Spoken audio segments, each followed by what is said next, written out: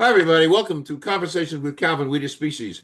And I always like to lead off saying I'm wired. Yeah, I'm wired because I'm sitting in this chair. I'm not laying any guilt on you guys, but I'm sitting in this chair literally for 12 hours doing this stuff for the Garden State Film Festival because I love film. I love everything about film. It's changed my life. It continues to change and mold my life. And they always say the best to last. So I'm with Ian Scheller and Brandon Blomquist and LA guys, and they've got a film called LA Allegory. And I think the whole making of this film is a film in itself. This is what I've been taking notes on, talking to you guys.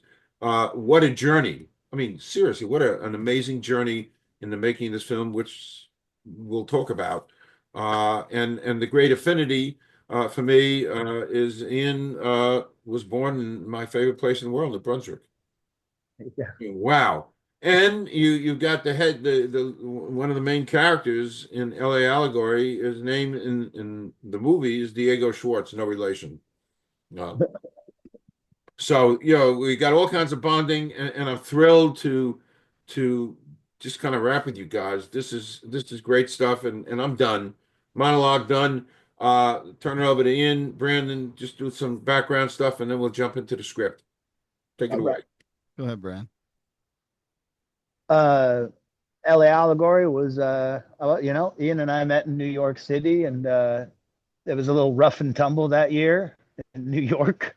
Well, he went to Japan, but then the rest of us who stayed behind had to deal with that tragedy, and Oh, kind oh, of that happened that year. wow. Um, Mike Rivera, our star, aka Mr. Clown, one of the most successful commedia dell'arte trained clowns in the world. Because let's face it, his apartment looks out over the W in Times Square. I don't know how many clowns have that. Wow. Uh, I think Mike and I made the first movie shot in New York after the tragedy because we shot it the next day.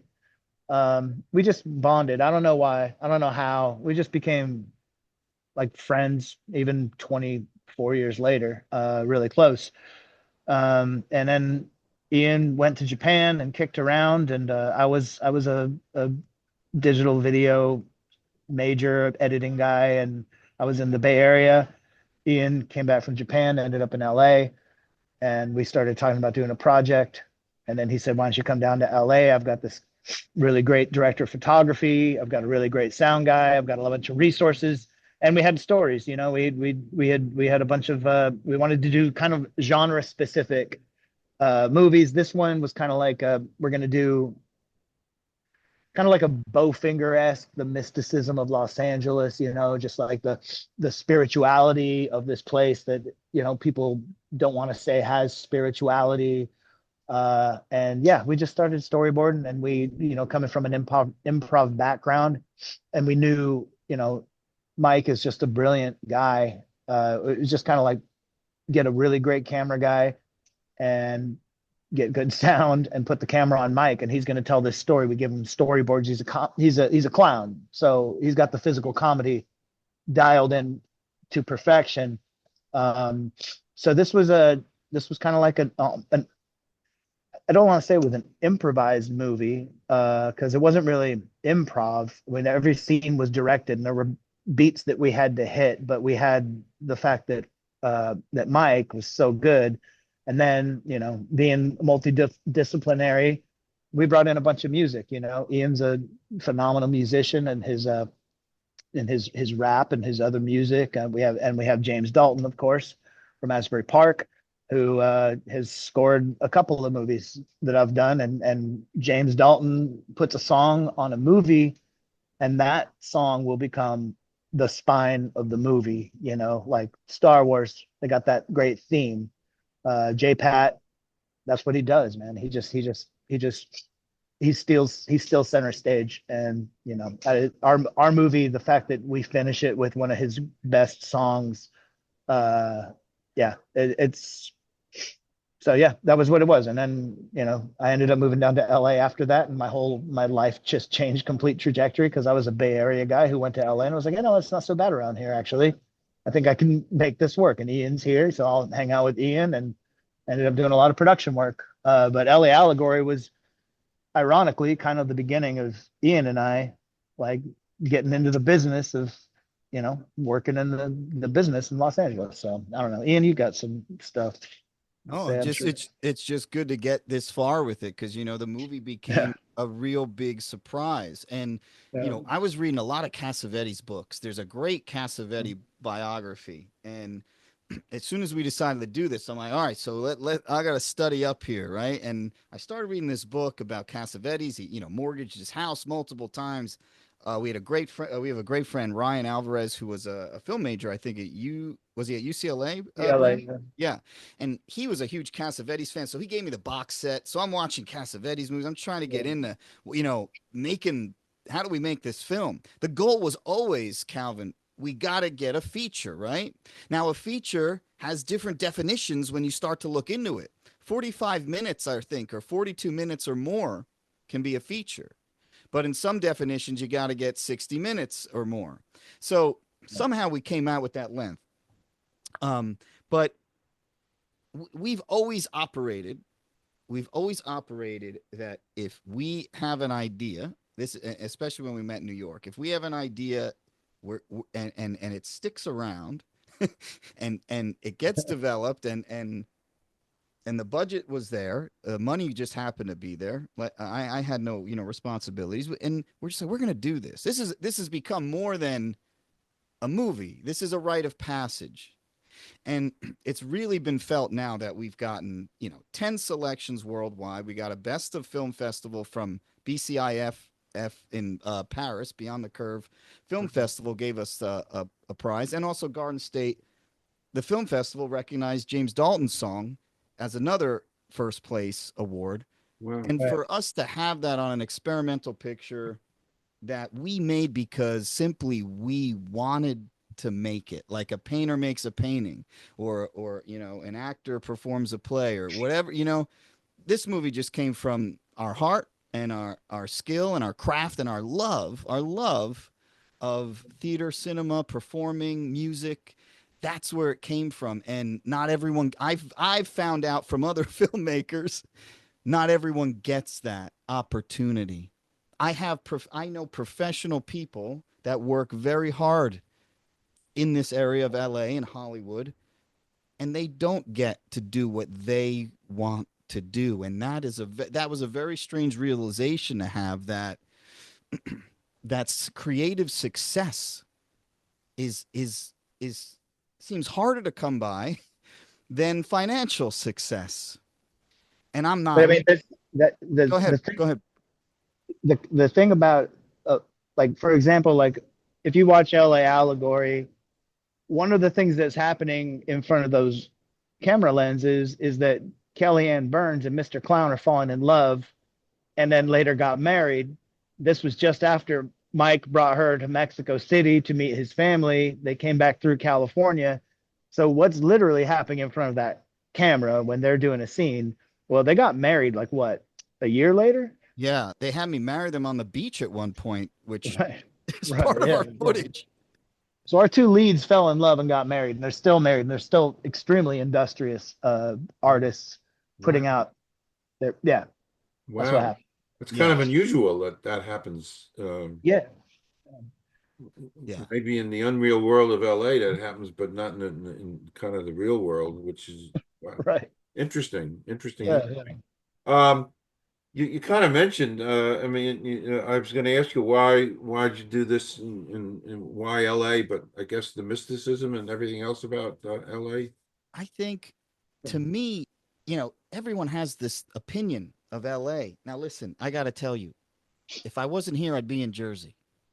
I love New Jersey. I love the people, but something happened. I mean, I married a girl from Philly, so it's like, that's the joke, you know what I mean? But what I was going to say was, to me, LA is a series of different planets, like all combined into one.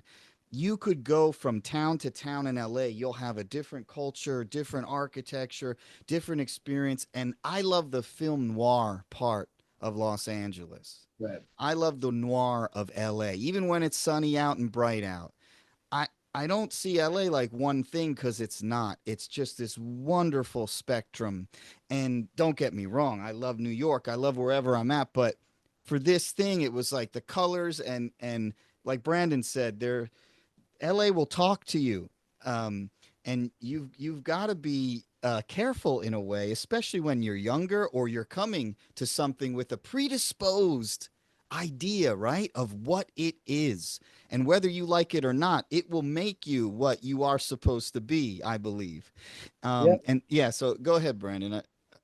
Well, it's kind of wild, I guess, because it started out like I said, I started doing very genre specific scripts that would just it's gonna suck. I'm just gonna finish it today and then it'll be done, you know. Like so I did a love story that I shot with Mike and J Pat scored that and stuff. And then there was kind of like, you know, going through these genre things, there was this, oh, we're gonna kind of do a satirical take on the mysticism of Los Angeles. But what ended up happening through the journey of the movie and the entire journey of shooting it and being very young then and being older now that we're releasing it and stuff, like we you know we're improv people, we're satirists and stuff like that. But the weird thing about this film is that it really actually kind of got us, like the whole all of us, and we realized that like we were not being satirists, we were being satired by our own work in making the movie. And I do think that's why if you are attuned to experimental film and you're attuned to the kind of work that we do and you enjoy it, then I do think there's a little bit of magic, and part of it's J Pat and part of it's Mike and Ian and myself and the rhythm of our collaboration that's been going on for 24 years now. Um, I'm happy people are seeing it, and I'm happy that people are enjoying it, because we kind of played ourselves on this one, I feel, and we kind of ended up being like, well, damn, this movie changed everyone's life who touched it. So yeah, you're right. You're right, Calvin. It is very much like, yeah, the story of how this movie came to be is as interesting as Oh, what's in front of the really, camera. truly, as I'm absorbing the things you're saying, it's I'm titillated, you know. It's a great word. You get in trouble with it sometimes, but it's a great word. But I am, and which is a good segue into my next question. So, and I got a kick out of this. It's part of the log line, but you know, the film was shot before YouTube. I mean, are you kidding me? So the film was shot before YouTube, smartphones, and certainly AI. So two questions. How is the footage in the film footage, how is it aged? And why was it released in 2024? I think the footage, it's interesting because I love seeing analog stuff, and analog definitely has its niche within, you know, records are coming back. I know some people listen to cassettes. Some people still swear by film and have to shoot on film, some directors, but um, I like it. I mean, there's a certain starkness in color if you just want to talk about the color aesthetic, but the snapshot of the world, then I'm so grateful that we have it to look back on now. Yeah. And the second part, and then I'll let Brandon talk. It waited because, you know, I went to an editor first who I'd known. My brother-in-law made a few movies and had some success with some horror movies and experimental films. He's like, my editor's in LA, but what I didn't know was the guy was taken off. He was going to move out of LA within a week's time, but I didn't know that. So I plucked down $7,000 in cash. I'm a young idiotic filmmaker, and I go out and see this guy. He's an editor. I give him the footage, like, here's what I need. Here's $7,000. A couple days later, he's like, well, here's a cut, and I'm gone. And I'm like, oh boy, there's a beginner movie executive faux pas. Now, of course, again, no family, you know, like I'm still all right. I didn't go hungry. So I'm like, all right, you know, I guess I'm gonna need another $7,000 or something. I gotta find another editor. And Brandon's like, hey, talk to Ryan. He's been to UCLA, yada yada. Now this was a joke we made, Brandon. You're gonna remember. So I bring over the Omaha steaks. We had Omaha steaks on set, but I bring it to my editor too, Ryan. And Ryan's like, I don't need money. This is a great guy. He knows his film. But it turned out he left LA too, and the movie was not cut at that point. And I said to Brandon, I go, we've killed 2 editors already. Yeah. this film has destroyed 2 editors. Finally, what happened was I actually started making. I founded 2 video teams for enterprise businesses while I was out here. So I started doing video really on a corporate level, live action, animation, all sorts of stuff. And my knowledge actually grew so much after we made the film. And it turned out I finally had gotten the budget, more budget for post, to hire one of my best friends in Jersey. He's in Westfield, New Jersey right now, originally from Boston. Somehow he moved to Westfield, and he's a professional editor, and he knew the aesthetic, he knew my style, and he's the one that got us over the finish line, where he cut the primarily, a lot of the film with me, and then when it came back, I did the sound design. We put in the music. I would send cuts to Brandon. So that was my angle from it as more the producer. But I know Brandon was having a different experience because he really directed it, but then I had it in a vault for years trying to figure out the editing. Okay. I mean, gone ahead, Calvin. Sorry. No, go ahead, Brandon. Oh, well, it was, the thing about it was, it was storyboarded, but it was non-linear, and the editor was going to have to be, and I've worked for people who give me crappy footage and say, hey, make it work and stuff like that. And it was like, okay, well, I can't. But I knew, as someone who had done it, and I knew how it wanted to be executed, that there was a story to tell there. It was just, we really needed a specific type of editor who was a storyteller as well to do what we do, because like we've done a lot of other shorts and stuff like that, but this was really kind of like an improv shoot, and we needed somebody who understood that you need to build the story together. And that's one reason there's a lot of music in it, and it's a very textural kind of feel. But like, yeah, I mean, it was like the next year they hit us with Facebook, they hit us with smartphones and all of that. So this was the last run at that weird little inflection point between the internet starting in LA and yeah, I think, to speak to what you're saying, the reason why it took so long, we needed to find the right editor, and we did, fortunately, in the end. And that was just kind of the reason for the delay.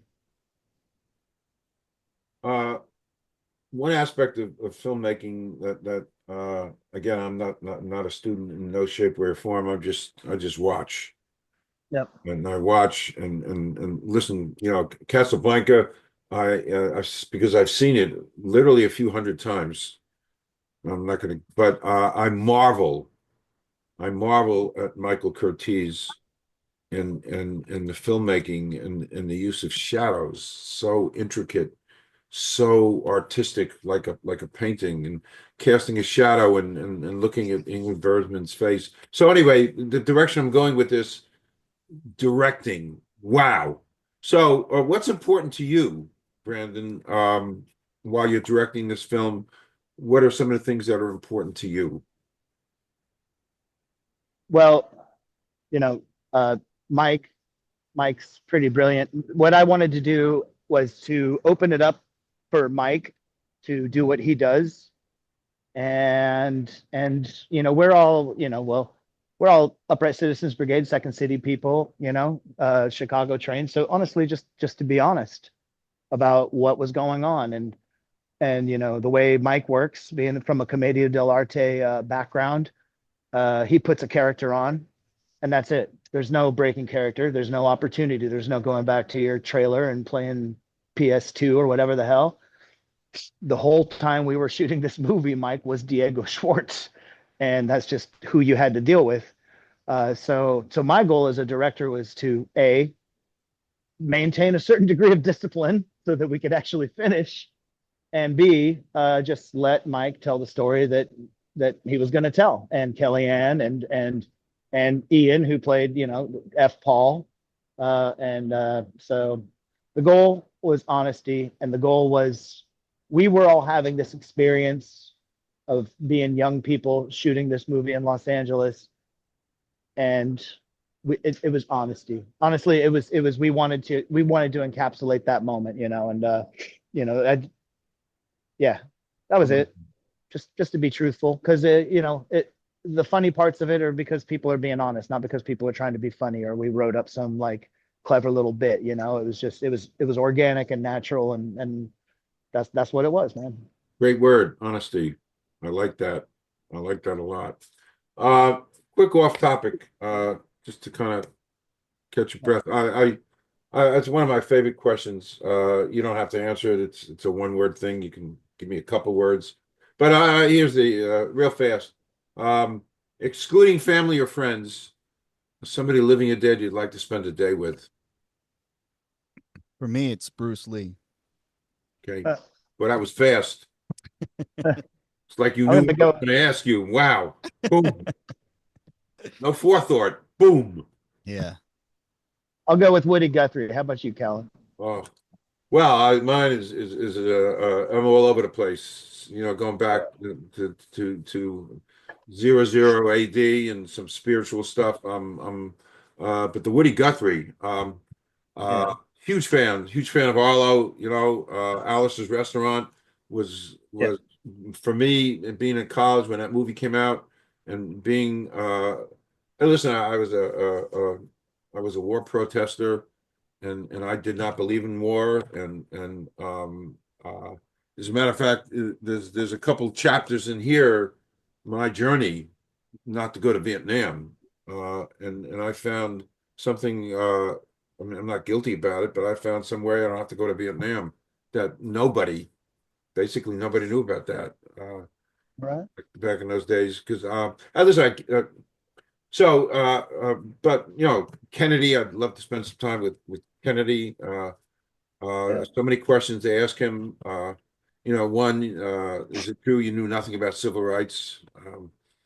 You know, stuff like that. But so I'm all over the place. But Woody Guthrie and Arlo, yeah, I mean, if you think about what the body of work of Woody Guthrie and how it's endured, I mean, that's just a great. yeah, And it's funny, I literally was talking about Woody Guthrie today because I was interviewing somebody. Somebody made a movie, and there was a scene, and somebody had Huntington's. You know, as soon as I hear Huntington's, you know, mhm, I think of Woody. right. Yeah, yeah, So great answer. All right, let's go back to work. Um, yes. I like this question. Why isn't and you've kind of answered it, I guess, but just kind of go over it again. But why is it important that films like this get made in this world?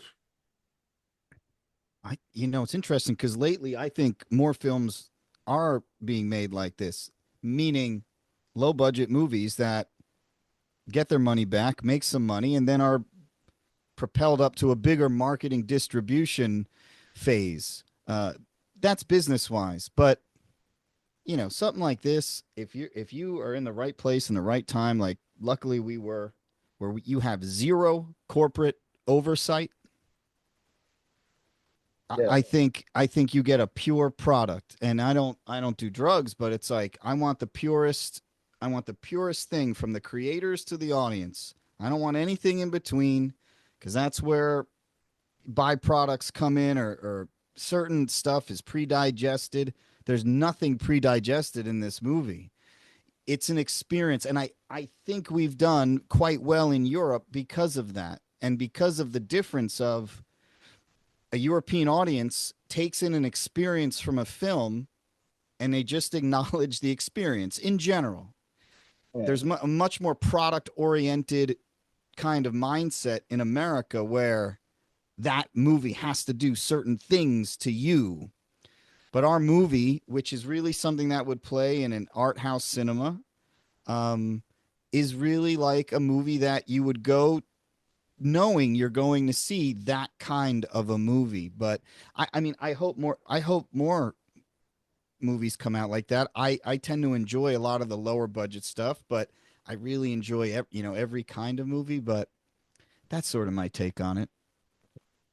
yeah, You guys kind of circled around this next question. I always like to the effect on especially you, Brandon, more so because Ian, is out of New Brunswick, but the effect that New York, Manhattan, Brooklyn, all that stuff had on you and your lives and your work and your journey.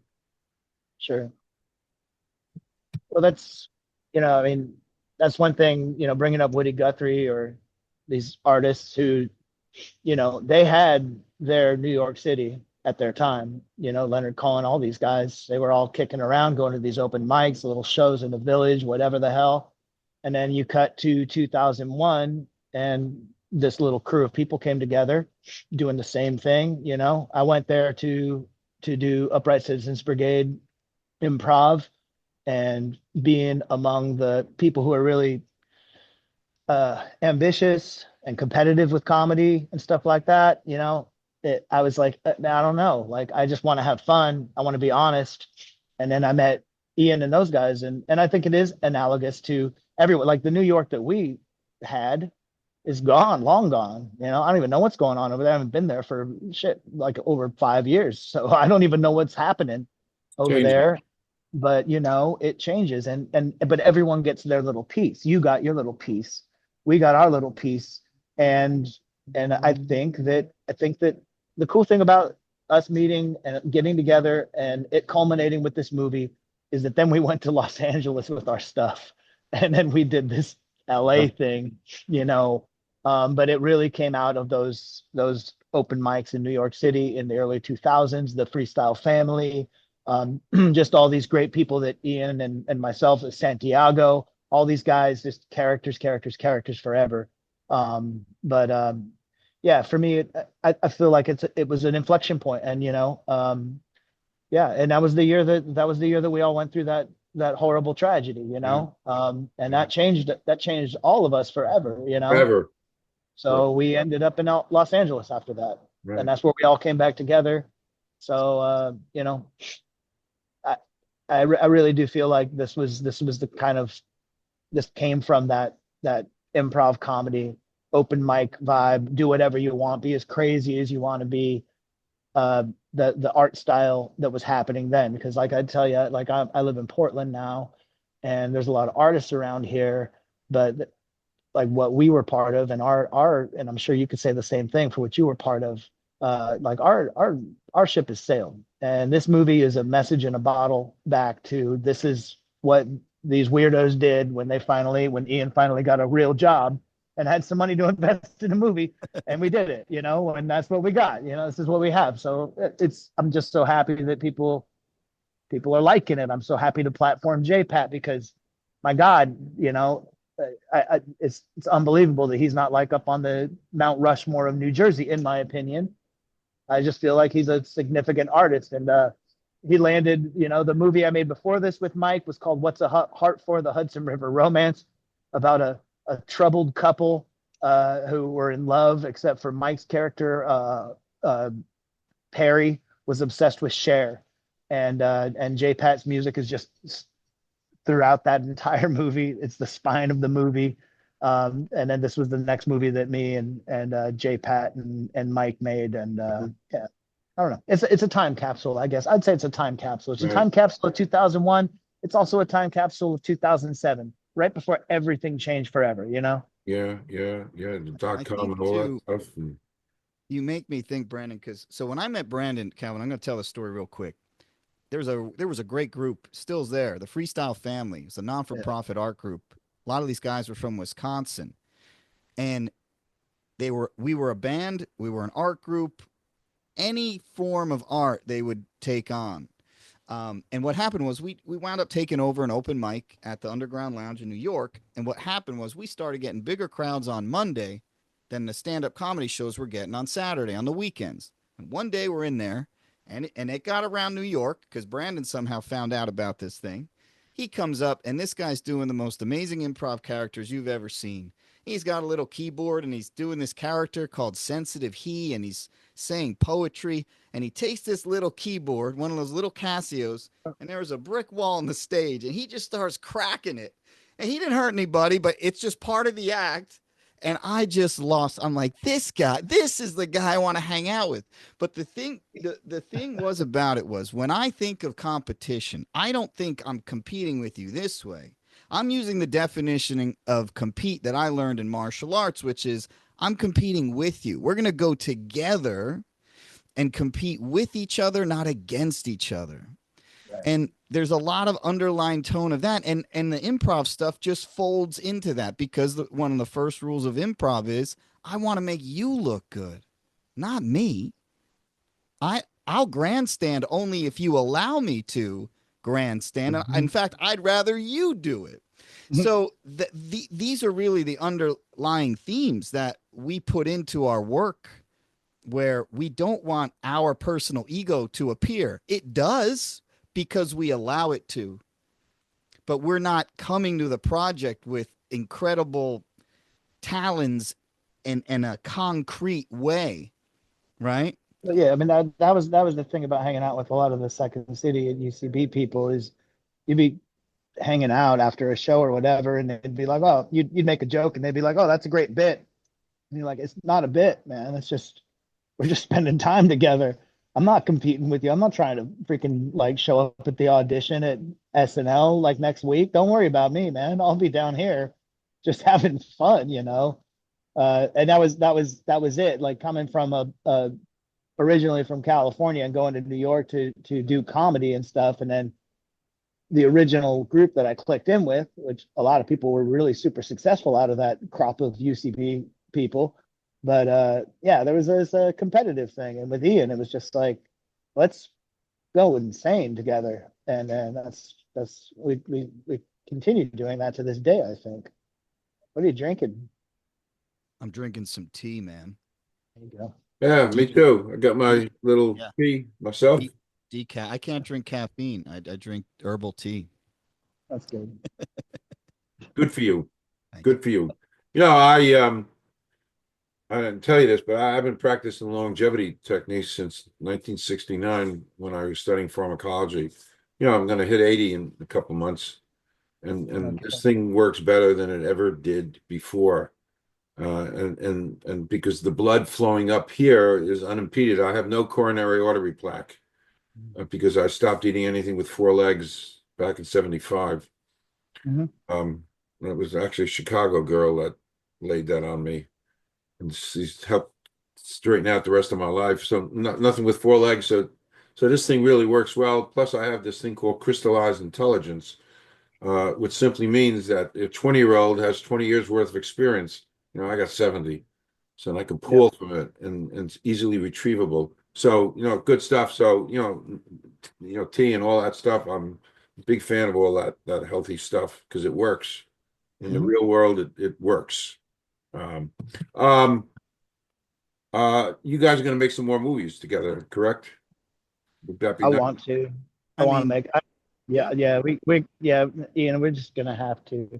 well, it's funny because I should mention it. So, James Dalton a while ago tells me this gag, and I'm not going to say it, but he talked to me about some gag, like, just a little bit. He goes, my rap name's King Famous. I haven't used that name in a while, but he still calls me King. He'll call me up and say, King, King. And he tells me about this bit, this ridiculous bit. And not too long ago, probably a few months ago, I go, James Dalton, I got a spot for this bit, for the bit you're talking about. And I've been working on an outline, and but here's the thing. And this is what I learned from Allegory. We did it the hard way once. And luckily we got enough accolades with it. This time, if we do something else, we're gonna have some money up front and do it the right way. And luckily we have great movies that just came out and won Oscars that didn't have a huge budget. Correct. That's They my had, next question, by the way. yeah. We'll And talk about that. so Yeah. there's a few things obviously that investors will need to see and want to see, but it's just like anything else. It's like if you're going to invest in art, there are people that like to do that. There are people that want to take a ride. And I can confidently say, just because it's happened, it's not, it's not my doing, but I can confidently say we have the team. I mean, we have the production team, we have the post-production team. We know where we need to go now, having the festival experiences we've had. We could go very far with the next project, but it's gotta have the budget, and that's something that I think needs to be worked out. But of course, I'd work with Brandon in a heartbeat, and we'd have to figure out what would be the next. How can this crystallize? How can it? So I think it's going to be a lot of meetings, and getting people interested and showing them the plan, showing them that it can work, Right. and as an independent. Yeah. Right. You started to steal some of my thunder. Off topic, the last question I want to ask you is, hey, listen, I watch Academy Awards. I don't watch it a lot these days. I liked it better, when Bob Hope was hosting. That's how old I am. But I watch it. But this particular one I watched and blew me away. Honora blew me away because best film, best director, Jersey guy, and best actress as an indie film, $6 million budget in the scheme of things, a heck of a lot.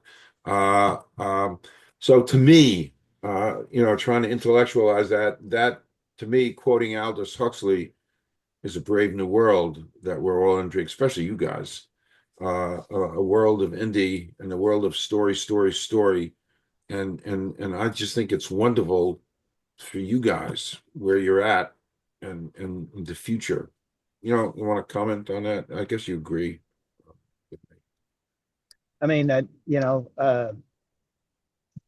media's media's changed quite a bit. I mean, I'm a dinosaur myself. Like I had a YouTube channel, clicked into YouTube. My most successful videos were always my lowest effort videos. I put up movies I'd made in the past with budgets and time and crews and stuff, and I put them up on YouTube. And back in 2008, the year after we shot this, I'm like, well, all I have to do is put this stuff up on YouTube. People will watch it. I'm going to be rich. Like, I'm going to do it. But it was always the ones where I woke up and I turned on my webcam and I just did a character that got all the views and stuff like that. We live in a world now where, filmmaker, well, okay, like kids aren't like, hey, I want to be a director. I want to be a content creator. I want to talk about video games. I want to get on Twitch, yada, yada, yada. Some really great YouTubers out there. Don't get me wrong. Some of my favorite content. I watch more YouTube than I watch anything else. But like there is, I feel like, people who remember, who still want to do, a feature film and tell a longer form story, and I think that's kind of where Ian and I are at. Just, it's our generation, we're Gen X, right? And Gen X does things differently than Gen Z, and they do things differently than millennials. And we're just going to kind of stay true to who we are and what we are. Cause like I said, honesty is the core of genius. Whether or not we've ever brushed up against that, I don't know. But if we just keep being honest, I think, eventually, I don't know, maybe somebody watched LA Allegory and thought it was genius. At any rate, the movie was an elixir for us. And it catalyzed so much, and it brought so many people together, and it changed the trajectories of people's lives. I would not be sitting here at this table at the High Dive in Portland were it not for the fact that we made this movie, because this movie completely changed the trajectory of my life. Right. There is the irony of this movie is that there was something spiritual going on and something magical going on during those 2 weeks when we were at the motel in Reseda shooting it. Like, the movie is one thing, but like you said, and it's an astute observation, the story behind the movie was also equally as entertaining. I think even crazier, probably definitely Sure. crazy. Sure. Yeah, Yeah. I think so. And I think too, for me, it comes down to fun, honestly. Yeah, that's right. If I'm going to make another movie, and I've said this, I've already had these conversations with my wife, I'm like, hey, it's just got to be fun. it's got to be fun. And thank goodness we can make a movie for a small budget. It's not easy sometimes getting a budget. If I get lucky, knock on wood, then great, you know? Um, but I think it's got to be fun. And you know, look, there's a couple guys from Jersey who kept trying to do something in the comic book industry and they kept failing. Eastman and Leard, who created the Teenage Mutant Ninja Turtles, when they drew that turtle, it was a joke. They were just playing with each other and they said, "Hey, what about this? It's a silly thing." And I think something happens when you just, for whatever reason, you let everything down. You let your guard down, you somehow you disconnect. And it's when you disconnect from something that's when it happens. So we'll see. Honestly, if I never made another film again, this is one that it just took on a life of its own. And we, every time a selection would come in from the festivals or something, me and Brandon would just say, well, we just can't believe it. And we're grateful. We're grateful. We're humble. And it's been an amazing ride. Right. And this has been an amazing time spent with you guys. I'm sitting here, I call it as I see it, marveling at you guys and your grasp and your depth and your breadth. Sounds like I'm writing poetry, but that's my takeaway. You're remarkable guys, truly, and I could sit and talk for a few more hours, but we won't. Well, you're early. You know, it's now. By the way, it happens to be right now. It is now Tuesday for me. Yes. Oh, Whatever. But I'm so entranced with you guys, and so thank you so much. Do come back in whatever yes. shape or form. I mean, I just love anything about film, and I'm here, and I wish you all of good success in the GSFF. And say hello to James for me because I haven't seen him in a bunch of years since I kind of drifted away from hanging out in Asbury Park. I believe he was very friendly with a dear friend of mine, Arlen Fatherless. I don't know if that name rings a bell, but he and Arlen were pretty good. Arlen's an old troubadour like Woody Guthrie. Guitar and he sings about protestation and stuff. And but anyway, this has been great. I'm gonna stop recording. Don't leave. We'll just do a quick 2-minute wrap. But thank you guys so much. Thank you, Calvin. And good luck. Calvin, yeah, really appreciate it. This was an educational interview for Well, me. thank you. Thank you. It was great for me, educational. Thanks.